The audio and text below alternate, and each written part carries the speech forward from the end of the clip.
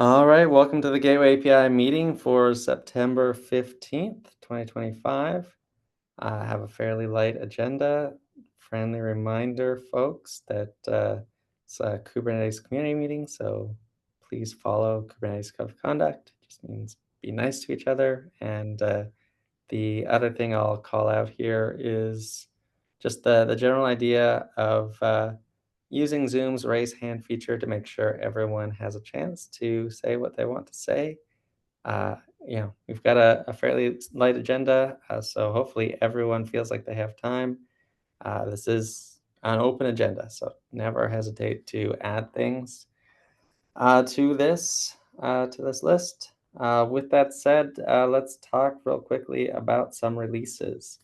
Um, at long last, we're moving forward with 1.4. We've got an basically lazy consensus from SIG Network API reviewers. On Thursday, we agreed that we would be cleared to release today, if a release candidate today, unless they had found any other blocking feedback.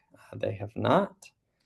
So we are cleared to release, and we just need to get things in order on our side. There are two things. One, thanks to Shane for getting a changelog together. This is still a work in progress, as the name implies.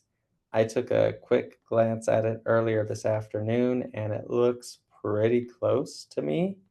What I would suggest is, particularly if you own a feature such as backend TLS policy that's been pretty significant in this release, maybe suggest some changes in here. We don't have a lot of content. We kind of have a list of PRs related to backend TLS policy, but we don't have a section that really talks about backend TLS policy on its own. The same could be said for supported features and really all the way down the list. Yeah. And then the other thing that is on my radar for this release is Candace's PR. Thank you, Candace, for taking this one on. I'm sorry we missed this earlier. But basically to move the backend TLS policy types to standard, so we actually include them in standard channel. Yeah, I think this one is really close. I left a couple of comments for you, Candace. You may have already gotten to them, but basically, I think we still need to include the alpha version in the experimental CRD for one release, so there's at least some migration path. But at least that would match what we've done in the past. And then the other thing that I realized later is conformance tests. Like, we probably need to move all our conformance tests to read and write with V1 instead of V1 alpha 2, 3. Yeah. But I think that's all. Yeah, Candace. I did have some trouble with the let's say the generation of the CRDs when I left both of these. I don't know. I think you're suggesting that I add the KubeBuilder skip version to the V1 Alpha 3? No, I'm That right? actually this is in V1 alpha 3, and I'm suggesting removing it. Remove it. Yeah, there was a problem with the code generation when I did that. Oh. So I'll need to, Huh. I'll find out more details and I'll post it in Slack, or I'll post it to you personally. Okay. Yeah. Just if there's a Slack thread, I'm happy to try and help debug. I'm sure some other folks on this call have some experience, for better or worse, with the pains of kube code gen and I, yeah, yeah. I think it's a matter of it couldn't accept that both of these were in play at the Oh, same time. yeah. Okay. So there's some other things here. So if we go to the alpha 3 types, no, this is okay. But basically, if either, so, well, no, not this one, but definitely this one. If this one had been set, you'd run into all kinds of problems because both versions would be claiming their storage version, and that would run into issues. But well, we'll see. Yeah, I'm curious what happens. Definitely share the, error output, stack trace, whatever, Yeah. if this fails. And yeah, cool. Thanks for the review. Yeah. No, thank you. Thank you for taking this one on. Other ones in here are mostly informational. Anything else we should cover on 1.4 before I move on? Cool. All right. Others are very informational. Last week, Gateway Inference Extension went to v1.0. Really excited about this release. This project has really been getting a lot of momentum. Been great to see. I think we're up to 7 or so conformant implementations of the API, which has been fun to see in really under a year that we've gone from 0 to GA basically. But yes, the only thing that is GA here is just the endpoint picker part, the inference pool and its interface with endpoint picker.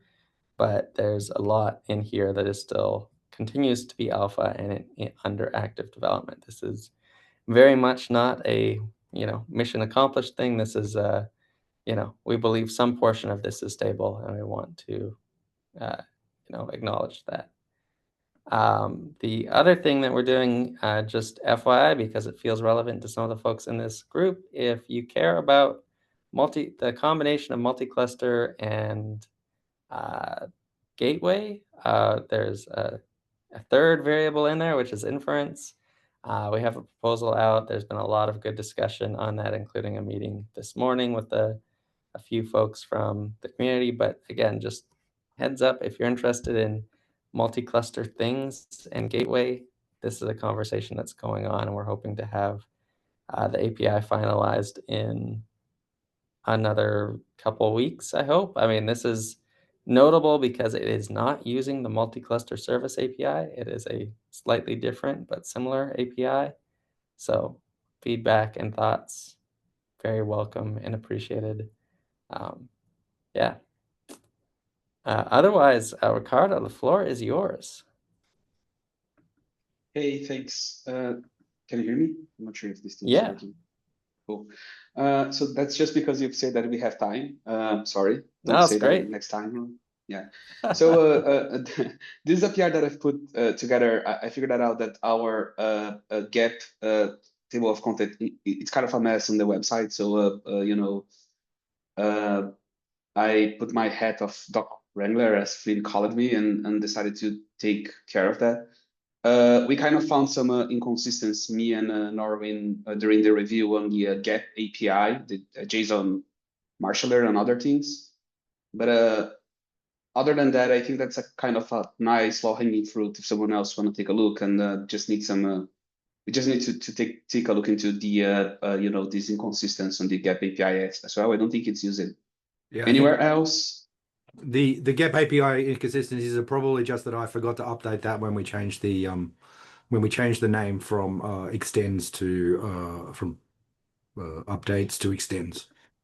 So to clarify, it's just that I looked at this briefly, but this is basically changing a lot of things to lists where we had structs. I mean, they were always they should have always been intended to be lists. Yeah. That was my mistake. So yeah. That's okay. Do you mind if I fix that on this APR then? Yeah, that's fine. The also the API thing itself, the JSON structure. Yeah, the JSON tags are wrong. I saw your comment further down below. Yeah, fix the JSON tags. Yep, for sure. Okay, cool. Other than that, it's just like generating things. Me and Rob discussed what should be part of the talk or not. Feel free to jump in and say if it's fine or not, if I'm missing something. So yeah, I remember we had a thread on this, and the current state of this means that any changes to make docs, anywhere where we said go change make docs.yaml, we actually need to say go change make docs YAML template. And yeah, is that correct? Yeah, but I have put also a CI an action and verify an update. So if by some reason you promote a gap and it doesn't match the generated final and KDocs, it will just complain. So you are just reminded to Okay. do a Well, update, talk, that whatever. I mean, So the what? other thing that could happen is you update make docs YAML and then run make generate, and it wipes out your changes to make docs YAML, and you miss Yes. that somehow in the So process.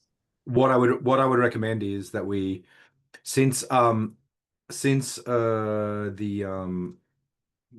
now make docs YAML is generated, I'd recommend just updating the make docs YAML to have comments at the top to say this is a generated file. Do not edit. Edit the edit make docs.yaml.template. Sure, can do Yeah. that. I think that would probably be ideal, is just to make sure that when you open that file, there's a thing saying this is generated. You should be editing the template file instead. Yeah, I think someone commented that we could also probably do some includes, I guess. I don't know. So I'll just take a look into that, like maybe having a separate a file for Yeah, that. if you could include the talk in a separate file, then that would make things much easier. I agree. Yeah, that was one of the comments that I left, is that either configuration inheritance could be used to separate the nav into a separate file, or you could just write a plugin that dynamically updates the nav when the site's being built, which would probably be easier long term, because it can look at the GEP files. I mean, you can do whatever you want, but you can have it look at the files in the GEP folder, and then based on what's in there, generate the nav from that. Writing a plugin means writing it in Python, though, not in Go, right? This is true, but it's also probably less scaffolding as well. I mean, I think we already have a bunch of scaffolding because we already have a bunch of scaffolding in Go because we built the types, like the actual GEP types in Go already. I agree. Like having a plugin would be really nice, but I think that it'll be annoying to have to build out like a decoder for the GEP types in Python probably. But I don't know. Maybe it's easier. It's been a long time since I wrote Python, so Yeah. You need to consider the risk of me writing Python. Like I'm already bad at Go. If I try to do something in Python, I'm probably gonna break everything. So you just got to get on the AI hype train, and then you'll be writing Python everywhere. I guess maybe I missed it. Is this current program, is this looking at the actual Go types and generating? Yes. So Okay.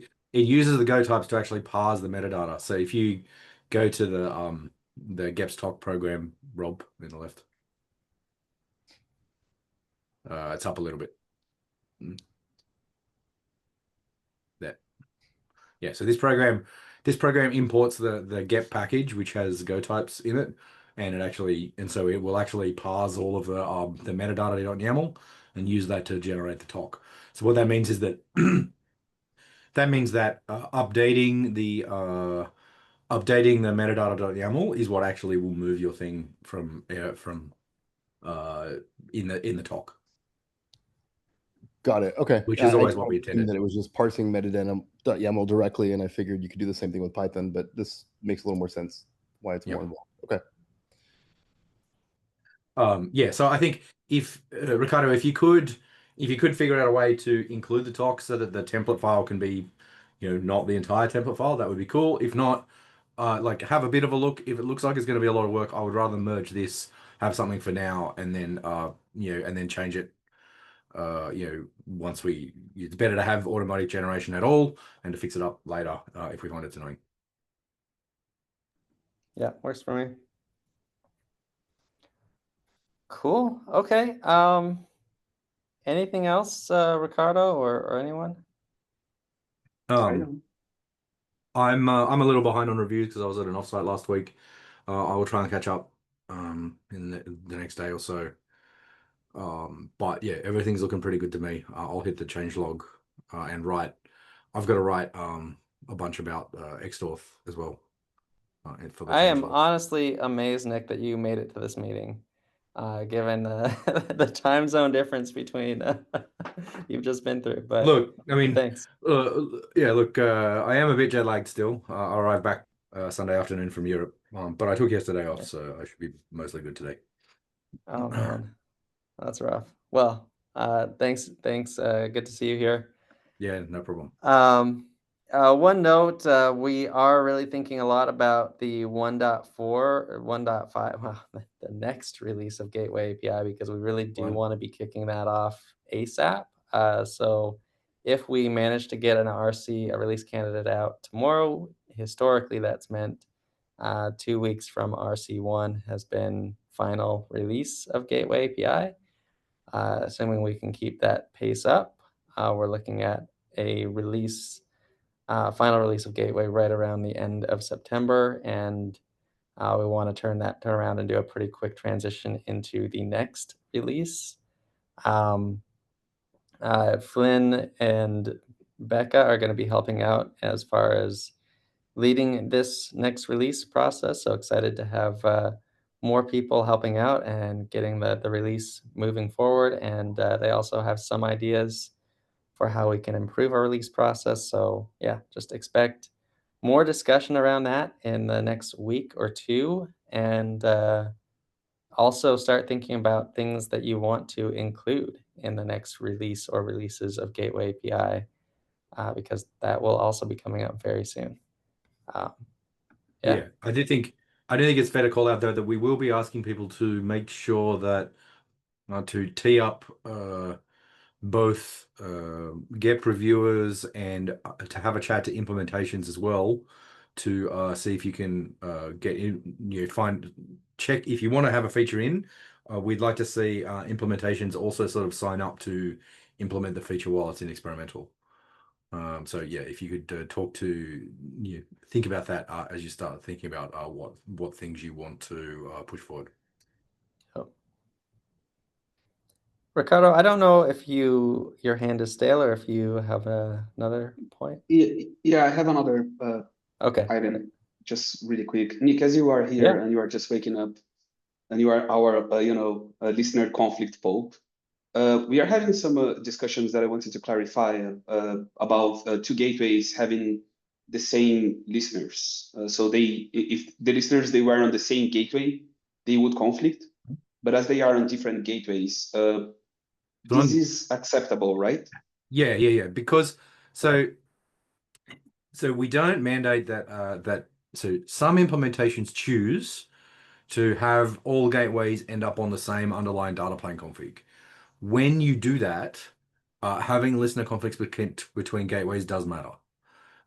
Most implementations don't currently do that today because generally it's easier to essentially associate a gateway with like a service load balancer or something like that, and have each one, because each one has a separate address, then it doesn't really matter if the listeners conflict because they're on different IP addresses. The reason for listeners conflicting being a problem is that you need to be able to pick one and only one listener for traffic to go to.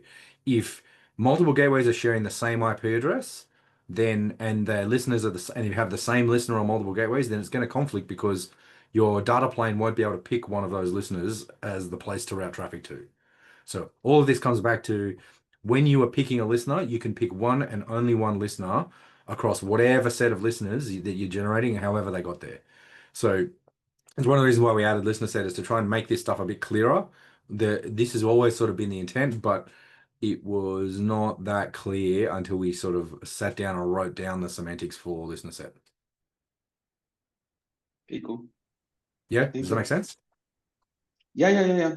Yeah, cool. We were discussing about that and like how things like external DNS would behave with that, but that makes sense.